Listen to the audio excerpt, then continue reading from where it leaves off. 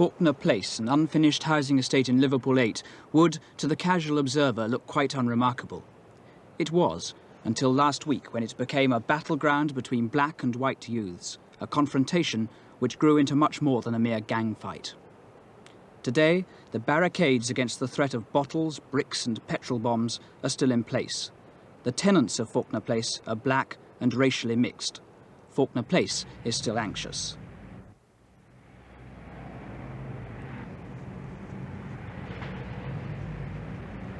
The police are still on constant patrol. Liverpool 8 is anything but recovered from the 5 days of violence which suddenly focused national attention on the crisis of Liverpool's inner city.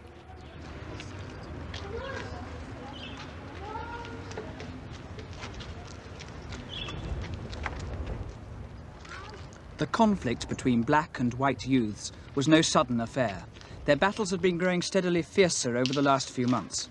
But the incident which brought the black gangs into Falkner Place was the most serious so far. Well, there was all, skinheads come down from the next area and they come smashing all these windows around here, pulling doors off the Indians, just beating up any person inside, white or black. So people around here, they come over to where we all live. And asked all the half-caste boys what live there to come and help them. So everybody come over, put up barricades, try to keep the skinheads out. But they've been in since the barricades have been up. They haven't done as much damage now.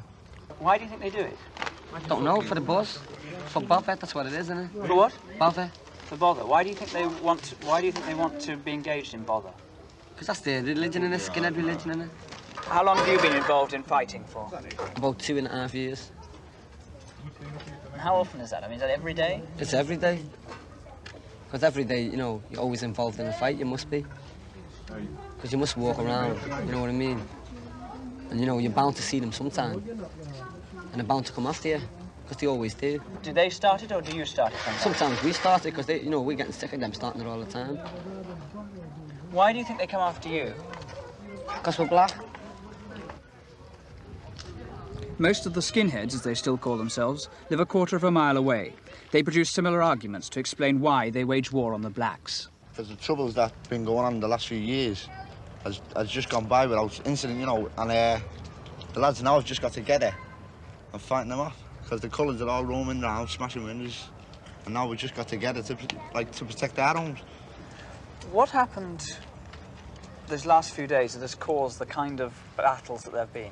Well, the team, like the lads that are around there, we've all got together, as he said, to fight them, because they've been coming up here in 40s and 50s and jumping a couple of lads on their own, like him. Sorted them out on their own. Haven't you been doing the same thing back? No. No, we've been fighting the gang, What do you think of the coloured kids? Fair play with them. They're all right. I mean, they just come up looking for trouble all the time. It's them coming up for trouble, the big lads. It's a certain number, in the gang that it's causing the trouble, Like, there's 3 or 4 in it, you could name them, but you can't, we won't. We know who they are, and they all know who they are. And the gang's following them, you know what I mean? They're bringing the gang up here. How long have you been fighting with them? Years, really. On and off, But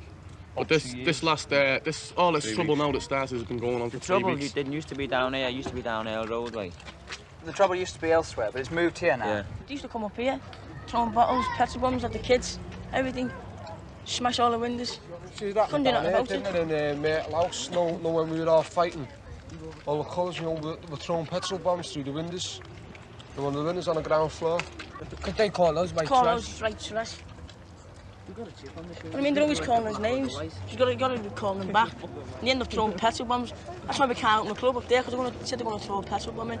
Or smash all the windows and they come round in cars and try and run you over and everything. I mean, we were on a scooter last night and they come after us in a car. Come after us in a car. They tried that down here, down the bottom. No, when we were all fighting down here, all the coons come round in a car. All the coons that's come round in a car. You nearly run me over. What do you think you were doing in here, though? What was the point of being in this estate? We live It's where we all are, Protect our own settlements. We all live here, the ones who are here now all live here, We've got to protect them, you know what I mean? Because they're going to smash all the windows. The Falkner Place estate is unfinished. Most of its early tenants have moved from condemned houses in the predominantly black area of Granby. The new tenants are surrounded largely by white people living in tenement blocks like the Windsor Gardens estate. It was from the Windsor Gardens that on the Friday before last, a gang of white teenagers, armed apparently with sticks, bottles and bricks, went to the Falkner estate. It was the culmination of a series of gang skirmishes. As very few black youths live on the estate, the whites met no opposition when they arrived. They moved through it, breaking windows, smashing doors, damaging cars and shouting racial abuse.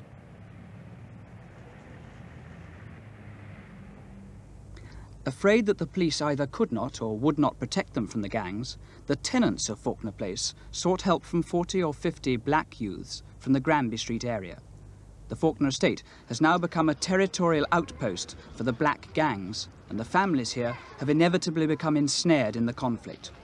Both the black and the mixed black and white families in Falkner Place were stunned by the attack. Well, we were watching the film on Friday evening. It was called The Snorkel. I'll never forget it because I've never seen the end of it. It was just up to the way the dog got poisoned, and all the windows went crash, and the screams of children and mothers, and footsteps running. So we naturally came out. We seen a group of youths all running and mad all over the place with bottles and bricks. So naturally we didn't know anybody like this. So I asked a woman, what's the matter? She said, all our windows are broken. I said, was that the boys shouting, niggers, get out? She said, they're them. So I said, well, we're mixed. You know, what's niggers, get out, go back to your tents, we're all mixed. So she said, oh, we'll have to get the police. So the police came in a jeep up there on the corner. Said, will you come out and help us?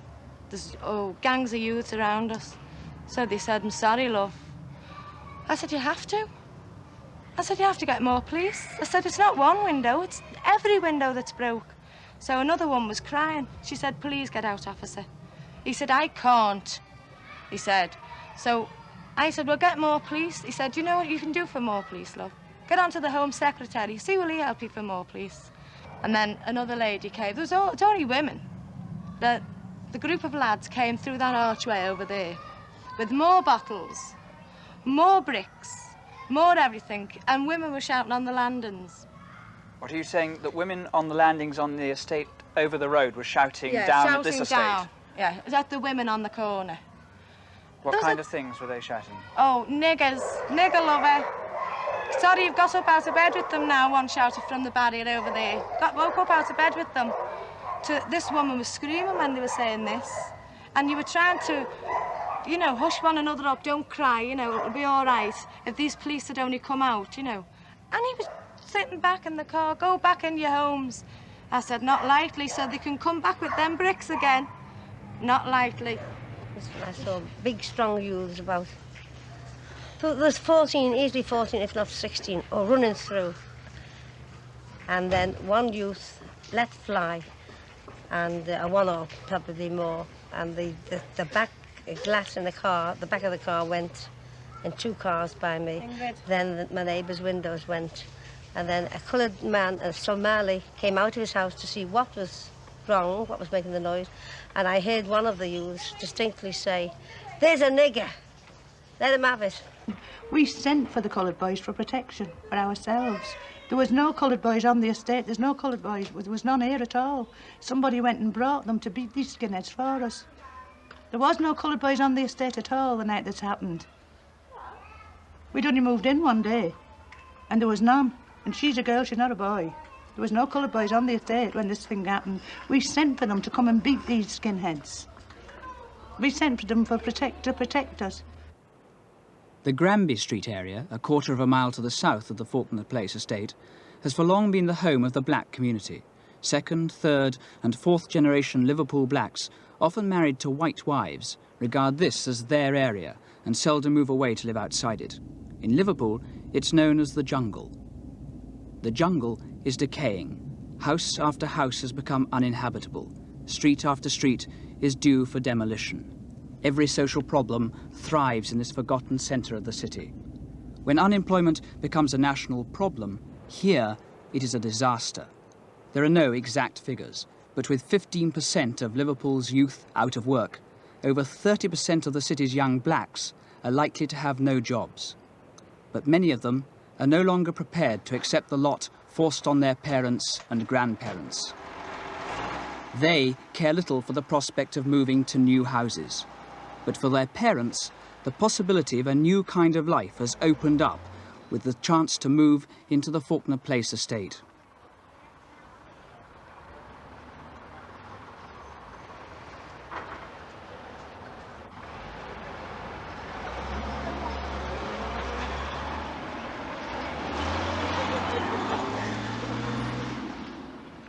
But already for one or two in Falkner Place, the events of the last fortnight have destroyed their hopes.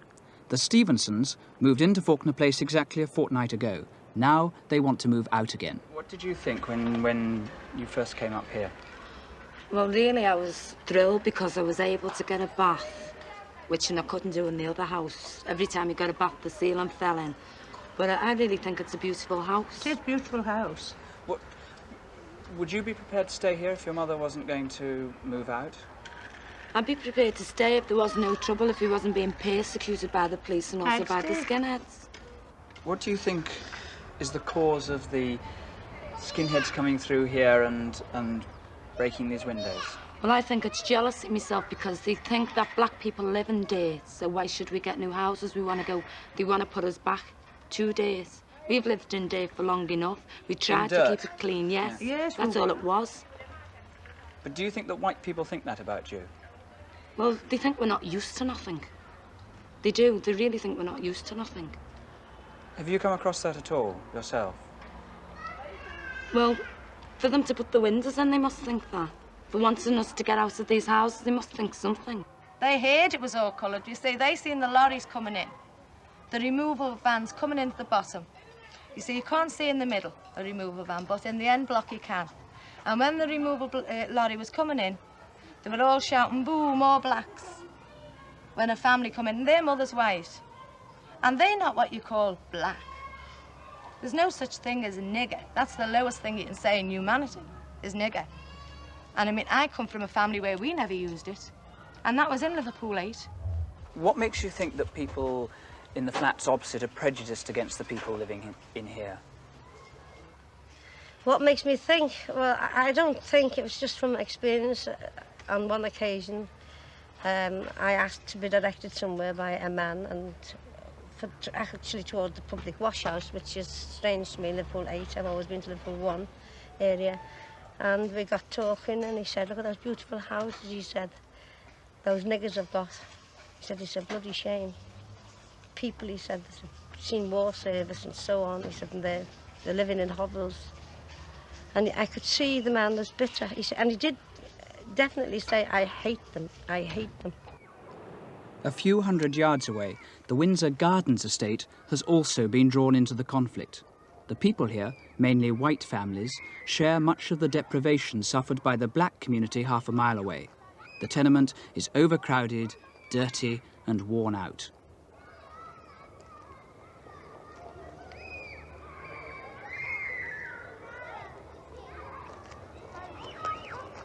The courtyards provide the only playgrounds in the area, the only outside meeting place for the teenagers.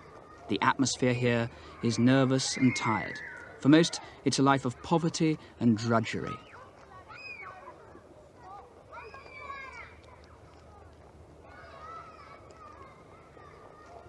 It was here a few days ago that resentment, built up over years, exploded momentarily in despairing anger. In Liverpool, with 42,000 families waiting to be rehoused, many are resigned to an unchanging future. It's chronic to live in. Sometimes get a nice meal all made. Blinking roof leaks to pieces.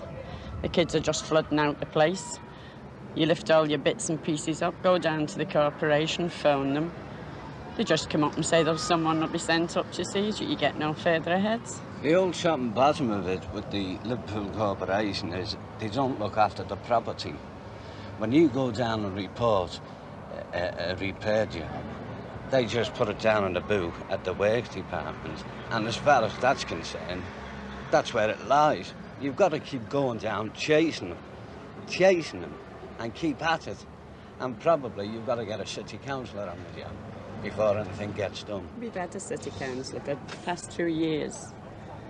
Been going to him nearly every week. He's even taken me down to the housing. And the health people still say I'm not overcrowded. How many of you are there in this flat? There's my husband, myself, Michael, 23, Malcolm, 20, Kevin, 17, Shirley, 13, Tony, 9, and Donna, 7. How long have you been trying to move out of here? For the past 16 years. How long have you been trying to get a house for now? 4 years. The first time I went was 4 years ago to ask for a house in Queen's Drive where my sisters live, because there was one in their street empty. It'd been empty for at least 6 months. What about nearer here, around here? Well, when the house was on fire, I asked for one of these. You know, the new ones, either Beaumont Street, Falkner Place, or even them up there. I said when they were finished, you know, I'd wait. So they said I wasn't entitled. That was for all the slum clearance. I'd have to have a flat with my children. What's been causing all the trouble here, do you think? Well, I can honestly say it's not true. Coloured people getting houses. I can rest assured it's not. Because we've lived here with coloured people. In fact, we've worked with them. It's the youngsters. It's not. I mean, these very, very old coloured people, they're ladies and gentlemen. It's only the youngsters, and it's not by no means through anyone getting houses. Which youngsters? Well, the kids of today now, well, I say, they've nowhere to play, have they? You know. Kids have nowhere around here to play. I blame it on the police, like, they haven't done the job as they should done pre-war days, like, where you got a foot patrol, you haven't got it now. They're riding around in jeeps, and this doesn't combat it. You want to... Why was there all the shouting at the police and that sort of thing? And why has there been the sort of... The shouting at the police here was because they were dragging kids, white kids, up by the head of their hair, pulling them anyway, dragging a man out of his own house, a married man with 5 kids who had never been over the That's just dell. across the road there. And that's just across the road from us here. Now, we were standing here watching that. Well, you know, there's people in the block that always spoke to each other and everything. Now there's some people that don't speak to each other. You know, some of the women, like, even myself, there's some women there who were great friends of mine who I respected, and, you know, many times I've borrowed a few bob off them, you know, till the weekend. Now we don't speak, you know, it just seemed automatically no one seemed to speak. How has it affected the relationships between the odd-coloured families here and the white families? Has it made any difference to that, or what? Oh, well, yeah, you can see the cooling off between them, like, you know. They used to see them often talking together, but now they seem to quite shy of one another, you know. I mean, has it affected you personally? Have you? No, oh, no. Of course, we don't go down much, like, you know. But how do you see it? Do you see just people not talking, or what? That That's would it. talk normally? Would talk normally, yeah. They seem to be falling out, no. What do you personally think is the real cause of the trouble, then? Well, whether it's jealousy or not between them, I don't know. But with the lads, it seems to be colour. The coloured lads come to, about 4 weeks ago, shouting Black Power. Whatever they mean by Black Power, I don't know. Whether they want Black Power, want power to do as they like, I don't know. Of course, I mean to say that you think the police would do something about that. Get all a couple of them that's shouting the likes of that and make an example of them, quieting them down. I mean to say, all you can see them doing now is pinching the white lads. You haven't heard of any coloured been pinched. The outburst of hostility against the police stunned the few black families living in Windsor Gardens, who until 10 days ago had lived quite amicably with their white neighbours. They're trying to say in the newspapers that this thing's only brewed for the last 5 nights, but this trouble's gone on for the last 5 months. But it's only come to a head at the weekend, which was last week. Stone thrown and bottle thrown on the police, you know. And what was happening in here then? Then they blocked the 2 entrances to Windsor Gardens. What the kids did? The kids, yeah, boys. Yeah. And they started throwing bottles and stones. Mm-hmm. And some of them were using petrol bombs. And they started threatening. And then some of the neighbours round here, supposed to be your neighbours, shouting, standing on the landers, shouting over nigger lovers to the police. The police is only here to uphold the law. I've got no love for the police, which most probably a lot of people haven't. But they're only here to uphold the law. I don't know where we'd be half the time without the police. When the police was taking some of the white lads and they were shouting after them, nigger lovers, nigger lovers. I'm born in this country, so I don't know why they treat us as if we're second-class citizens. I'm not a second-class citizen. I was born here 32 years ago. And my children's not second-class citizens. My husband's a British subject, so I don't see why they should carry on like that. And is that how you feel you're treated here? That's how we're treated one half the time, which we are treated like that half the time. What's it like for you living in this estate now? Oh, it's all right in this estate for me. None of the neighbours trouble me. I think that some of the neighbours around here are very nice neighbours. Very nice black and white. But There's then- mostly white neighbours on this estate.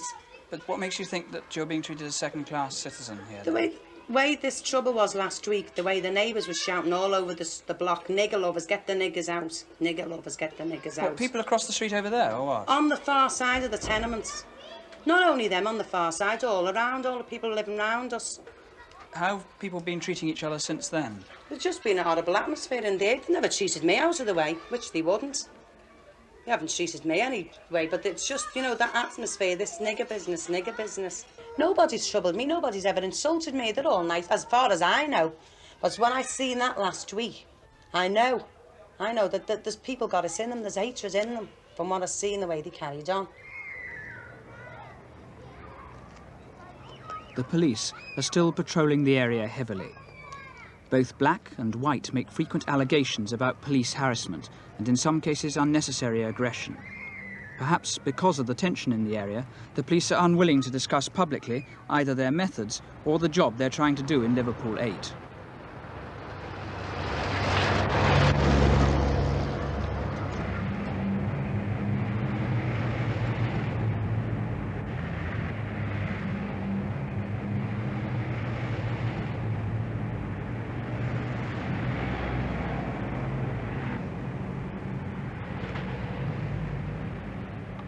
Without doubt, however, the police are serving at the moment to keep the black and white youths apart. It is not an exercise for which the teenagers are grateful. On Friday night, the skinheads was in this area for 2 hours and the police wasn't around. But are you saying you want to have the police around? Not really, no. Because when the police are around, they only arrest us. When the come in here with shields and everything, and start throwing all kinds of licks on everybody. But aren't they just trying to stop the fighting between both sides? They are, but it's here. You see all the police. They go for the smallest side. Up in Windsor Gardens, where all the skinheads are, there's no jeeps or nothing. All the police are around here every night. Brownie, the way we had to go after the skin because the police were scared of them. I know. How many? Has anyone here been picked up by the police? Me? Yeah. Everybody here must have done. How do you think? Yes. How do you think white people in general regard you? Regard us. They think we're savages, don't we? We look at it this way. They pick 9 times out of 10. It's 9 white fellas they pick up to their one. For the simple fact that they get picked up. The police get put on their back. That they're victimised. The colour to saying it's victimisation against them. Discrimination and everything. So, are you accusing the police of discriminating against you? It is. They were discriminating us, you know. It was more the police, in the end, more of the trouble was over the police, the way they used themselves. Why do you think that the police discriminate against you? What makes you think they do? Because they think that the colours... Can I ask you? Oh, do you think, you know, they're scared of the colours. But don't you expect the police to try and stop the fighting between you and the other Oh, gang? yeah, as long as they do it both ways. But they don't, they just pick on one side like us. Yeah. They don't do both ways. What do you think is likely to happen here now? No. It'd probably just be a big, massive fight and someone bound to get killed. Would most of you go out now and just fight for the sake of fighting anyone who's around? No, them lot over there. Everybody here fight would, for the because they sake took enough that stick they're from causing them. trouble. Sorry? Just fight for the sake that they're causing trouble with us. That's all. But can you see that they might think that you're causing trouble with them? No, they come down here causing trouble with us, so we're going to retaliate and not stand around like a gang of fools.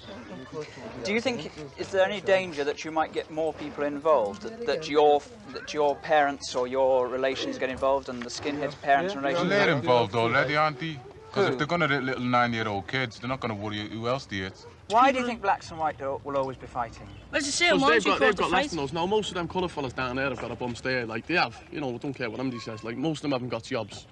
They've got no club or nothing. They used to have one, but they haven't now. So they've got nowhere to go. You can't blame them, like, really, for fighting. You know what I mean? Well, looking for trouble. Because they got nothing else to do, really, you know. And, you know, if you've got no money, like, you can't go downtown, like, you know what I mean? Do you think the same, that's true of most of the white kids as well? No. Well, some of them, you know, a lot of them who were there, like this, you know, who come to fight, like they haven't got jobs neither, you know.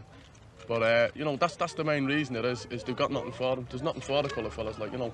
That's where I'm on their side, you know what I mean? Yet you're prepared to have a real go at them? Only because they come, if I didn't, like, they'd smash me head in anyway, you know what I mean? What do you expect to do? How long do you expect to go on fighting? As long as they do, you know. Like, we won't stop, and they won't stop, you know. It'll quieten down, but it'll never stop, it'll never cease. Liverpool 8 has its counterparts in other British cities. Life is becoming steadily less tolerable, steadily more violent. With its long-standing black population and its history of mixed marriages, Liverpool was always supposed to be one of the last places for racial conflict to flare. Perhaps the lessons to be drawn from the events of the last few days here are that in Britain's deprived inner-city areas, the possibility of racial conflict is more real than many may care to believe.